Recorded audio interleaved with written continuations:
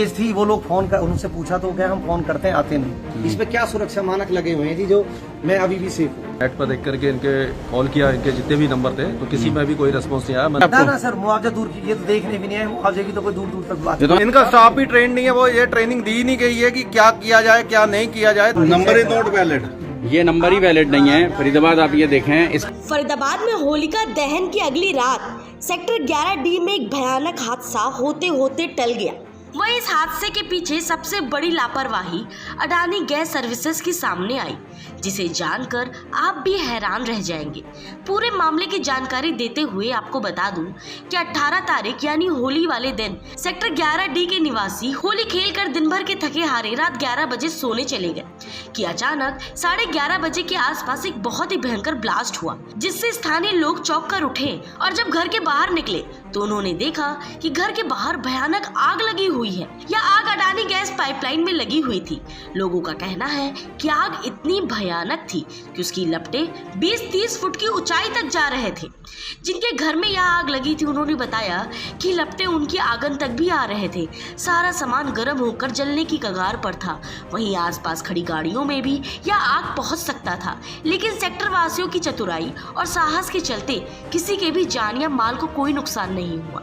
हालांकि बिजली की तारें जो ऊपर लगी हुई थी वह सब जलकर खाक हो चुकी थी। वह इस पूरी घटना में सबसे चौंकाने वाला मामला अडानी गैस कंपनी में काम करने वाले कर्मचारियों द्वारा उस वक्त की गई लापरवाही का सामने आया। खुद ही सुनिए इस मामले में पीड़ित घर वालों की जुबानी कि वह लापरवाही आखिर क्या थी और इस पूरे मामले में आपका क्या कहना है। अडानी के नंबर पर किसी ने कॉल नहीं उठाया। अचानक मेरे फोन में एक कर्मचारी का नंबर था सर, अडानी के किसी गैस कर्मचारी का नंबर था जो निरेले गांव में रहता है। उसको मैंने कॉल किया, उसने मुझे जी के भाई साहब हम कुछ ही देर में आपके यहाँ पहुँचते हैं। उस कॉल के कुछ मिनटों बाद 20 से 25 आधा घंटे बाद ये लोग अपनी टीम के साथ पहुंचे। टीम के पास जैसे पहुंचे ये ऑलरेडी घबराए थे। इनका कर्मचारी ने जैसे वो गैस के सिलेंडर से इसे बुझाने की कोशिश की, इन्होंने बंद नहीं किया, वॉल्व बंद नहीं किया गैस का। गैस उस वक्त बहुत ही बड़ा रूप ले चुकी थी, प्रेशर से आ रही थी। प्रेशर से उस वक्त हम गली के लोगों ने इन गाड़ियों के शीशे तोड़ के हाथों से गाड़ियां उठा के सड़क पे खड़ी की। डॉक्टर साहब की गाड़ी को भी बाहर निकाला क्योंकि वो भी गाड़ी गर्म हो चुकी थी उस वक्त। स्टार्ट नहीं किया, उसको बिना स्टार्ट करे बाहर निकाला। उनके बंदे ने जैसे ही सिलेंडर से लगा ये आग फिर और बड़ी होगी, वो घबरा गए। घबराने के बाद वो सीधे बंद करने भागे, जो कि इनको पहले बंद करना था। वहां से भागने के आधा घंटे बाद इनकी लाइन बंद हुई है। उसके बाद फायर ब्रिगेड ने आके इस आग को बुझाया। इसे बुझाने में कम से कम सर इन्हें 1.5 घंटे का कार्य लगा सारे काम को। इतने में हादसा बहुत बड़ा हो सकता था, जिससे हम अभी डरे हुए सारी रात बैठे। तमाम लोग आप देख सकते हैं। तो वजह क्या बताई उन्होंने, क्यों हुआ ये हादसा? सर हमने इनसे वजह जाननी चाहिए। इन्होंने कहा, मैंने कहा जी हमें जब सारा काम हो गया, इन्होंने 4-5 बजे हमारी लाइन दूसरी जोड़ी। मैंने कहा हमें कम से कम वजह तो बताओ कि हम कारण क्या, हम सोए हुए हैं और ये चिंगारी कैसे लगी।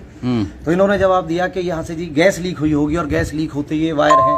तो मैंने कहा ये वायर है तो फिर गैस क्यों लगा?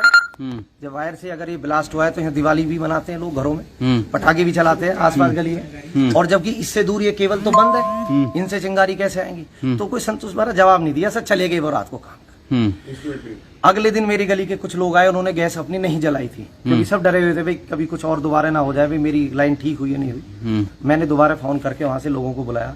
मेरे गली के कई लोगों के घरों में सर लीकेज थी।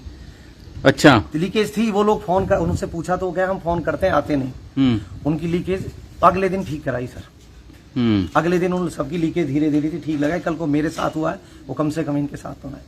और 18 तारीख के बाद से उनके यहाँ से कोई कर्मचारी मेरे पास पूछने नहीं आया सर, पूछने नहीं आया, एज इट इज पड़ा हुआ है। और आप देख सकते हैं हालात देखो सर, इस कंडीशन में छोड़ के गए। अभी भी बताओ इस पे क्या सुरक्षा मानक लगे हुए हैं जी, जो मैं अभी भी सेफ हूँ। हम लोग रात को बैठ के भी यहाँ निगरानी दे रहे हैं सर गैस लाइन। फरीदाबाद समझें, होली की रात ये हादसा हुआ यहाँ, और उसके बाद भी अभी तक 2 दिन बीतने के बाद भी सेक्टर 11 के जो लोग हैं वो फिलहाल अपने आप को दहशत में महसूस कर रहे हैं। देखिए यहाँ पे ये जो क्या नाम आपका? मेरा नाम महेश पलावत है जी।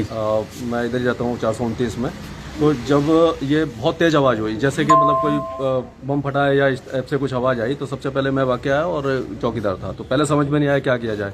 तो 3-4 जगह हमने नेट पर देख करके इनके कॉल किया, इनके जितने भी नंबर थे, तो किसी में भी कोई रिस्पॉन्स नहीं आया। मैंने एक वीडियो भी डाला इनके बाद। कुछ मुआवजे की बात नहीं कर रहे हैं चौधरी साहब? आपको ना सर, मुआवजा दूर की, ये तो देखने भी नहीं है, मुआवजे की तो कोई दूर दूर तक बात। ये तो मैं नुकसान हो गया आपका। मैंने चौकी में भी एप्लीकेशन दी, फोटो भी लगा। आपका एसी खराब हो गया, आपका ये फूक गया, ये सब लैंप वैम्प फूक गए, बिजली के तार आपने अपने पैसों से। सर वो कार भी टूट गई। अपने कार भी टूटी है जी, उसके शीशे अपने पैसे से डलवाए होंगे तार भी आपने? 4 मकानों के तार डले हैं जी। पूरे ये है। और उसके बाद भी इनको ये नहीं पता था कि वॉल्व कहाँ पे है, कोई ना तो हमें पता, क्योंकि या तो गली वालों को पता रहे कि हम अपने आप बंद कर दें, इनको भी नहीं पता था, इनके ऑफिस वाले कोई फोन नहीं, किसी ने भी फोन नहीं जो ट्रेनिंग इन्हें यहाँ स्थानीय लोगों को देनी चाहिए कि ऐसा हो जाए तो आप क्या करें, वो नहीं है, वो ट्रेनिंग वो ट्रेंड नहीं है, इनका स्टाफ भी ट्रेंड नहीं है। वो ये ट्रेनिंग दी नहीं गई है कि क्या किया जाए क्या नहीं किया जाए, ताकि इमरजेंसी में क्या होना चाहिए, एक ड्रिल होनी चाहिए, वो भी नहीं थी। अगर आप इनके वो देख लो, जितने भी इन्होंने अपने मार्किंग पर वो रखे हुए हैं मोबाइल नंबर, या जितने भी हेल्पलाइन नंबर लगे हुए हैं, वो कोई काम नहीं करता, वो चलते नहीं है। वो फॉर एग्जाम्पल वही वाला मीटर के बाद नंबर देख लिया जाए, ये भी नंबर चलता नहीं है इनका। मिला के देखो सर, मिला के बताओ मुझे जरा। ये एक नंबर लिखा है 1800। ये नहीं चलेगा, कई बार हमने इस पे प्रयास कर लिया, कल के बाद ठीक भी कर दिया, ये भी नहीं चलेगा। वो होने की वजह से हो सकता है, वो लापरवाही कर दी है। नहीं कभी भी नहीं चलता पिछले 6 महीने से नंबर इज नॉट वैलिड। ये नंबर ही वैलिड नहीं है। फरीदाबाद आप ये देखें, इस कंपनी की लापरवाही देखें, अदानी कंपनी की लापरवाही देखें। इमरजेंसी और कस्टमर केयर के लिए जो इन्होंने टोल फ्री नंबर जारी कर रखा है, वो नंबर ये देखें आप, यही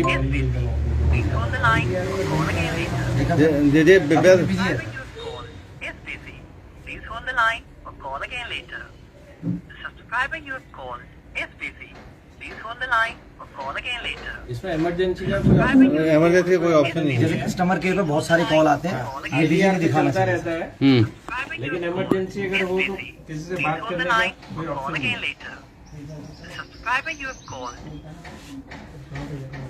नहीं। वैसे तो होना ही चाहिए, इमरजेंसी नंबर अलग होना चाहिए, कस्टमर केयर अलग होना कल चाहिए। इन्होंने नंबर लगाया, कल जी। इन्होंने गेट पे चिपकाया, डॉक्टर साहब के गेट पे कल इन्होंने एक नंबर चिपकाया है, उसमें शायद ये नंबर भी है, कल ये चिपका के गए हैं, ये नंबर देखो। अब ये इसको भी कोई फाड़ दे कल अपने कल, हाँ अपने लिए, ये कभी अभी भी अच्छे तरह से चिपका के नहीं गए, ये ऐसे है।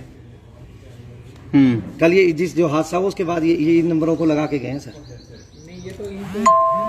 अपने फायदे के लिए करनी हो तो हमसे कांटेक्ट करें, अपने फायदे के लिए जी। खुदाई से पहले कौन, हाँ कोई नंबर हमें नहीं दिया, नंबर नहीं है, मतलब उसका कोई नंबर नहीं है। और ये तो बड़ा मतलब ये क्या लगा रखा है, तो ये तो कभी भी उखाड़ सकता है कोई।